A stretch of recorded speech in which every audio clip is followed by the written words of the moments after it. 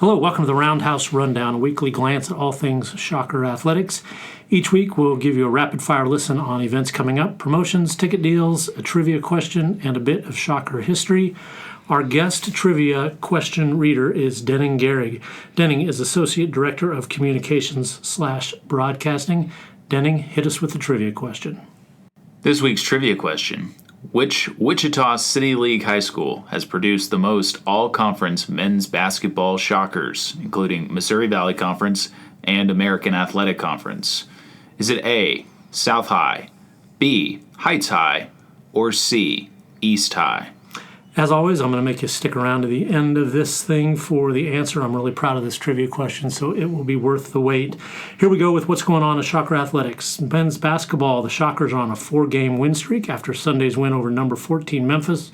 Shockers can shake up the top of the AAC this week with games against two of the teams tied for 4th. They are at Florida Atlantic on Thursday at 8 p.m. on ESPN2. On Sunday, Tulane visits Koch Arena for a 1 p.m. game on ESPN+.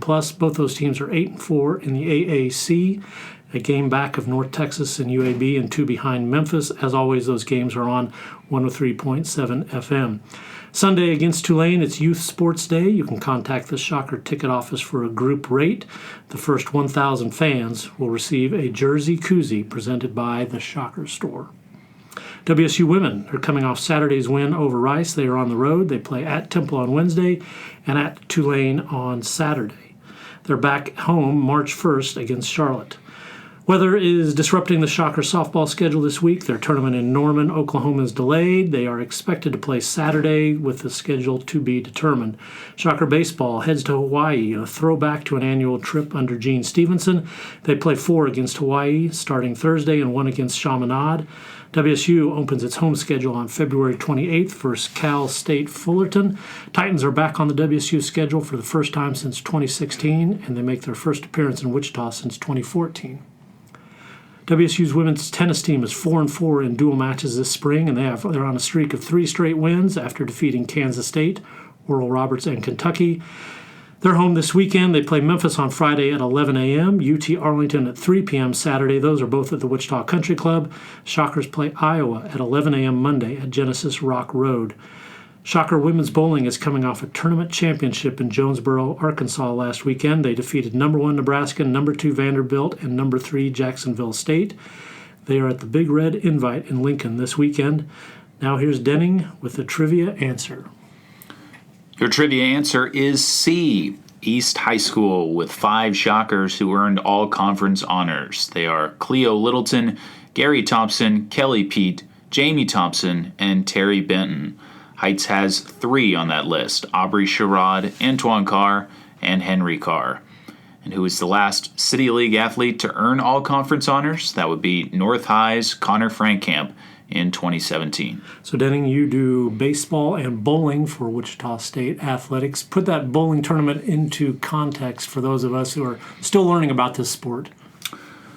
Well, it had essentially all of the teams that will end up in the national tournament, likely the Final Four. Based on the RPI rankings, this was the best tournament around in terms of the caliber of opposition.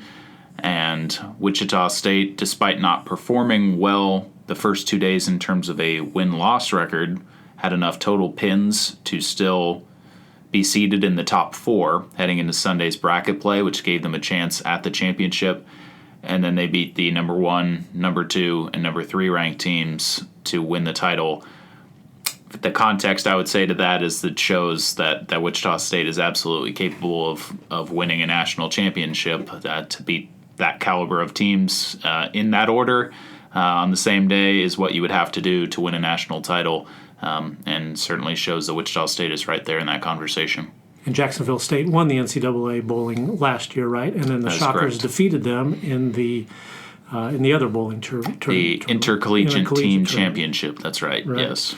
You traveled with baseball to McNeese State. Shockers lost Friday and Saturday, came back and won Sunday. What's your big takeaway from Shocker baseball over the weekend?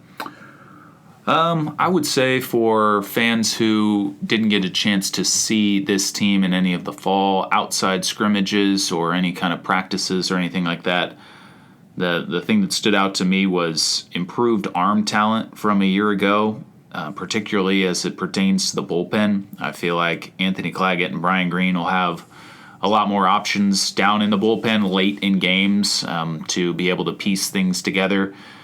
Injuries were certainly a factor for the position player group, but guys had to play a bunch of different spots they maybe normally wouldn't be accustomed to, and the Shockers were still able to get out of Lake Charles with a win. So not the worst weekend in the world. Obviously, they would have liked to have won a series, but something to build on heading off to Hawaii. Thank you, Denning. Thank you, Paul. This week in Shocker history, you could discuss whether or not this is the biggest game in the arena's history. I think people would agree this is without a doubt the finest individual performance by a Shocker.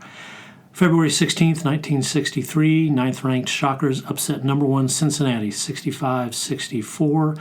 Sophomore Dave Stallworth scores 46 points, and the victory snaps a 37-game winning streak for the Bearcats.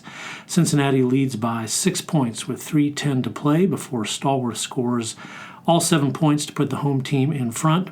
Stallworth's final numbers from that game, 14 of 22 from the field and 18 of 23 at the foul line. Thank you for listening. You can find more information on schedules, tickets, and promotions at GoShockers.com.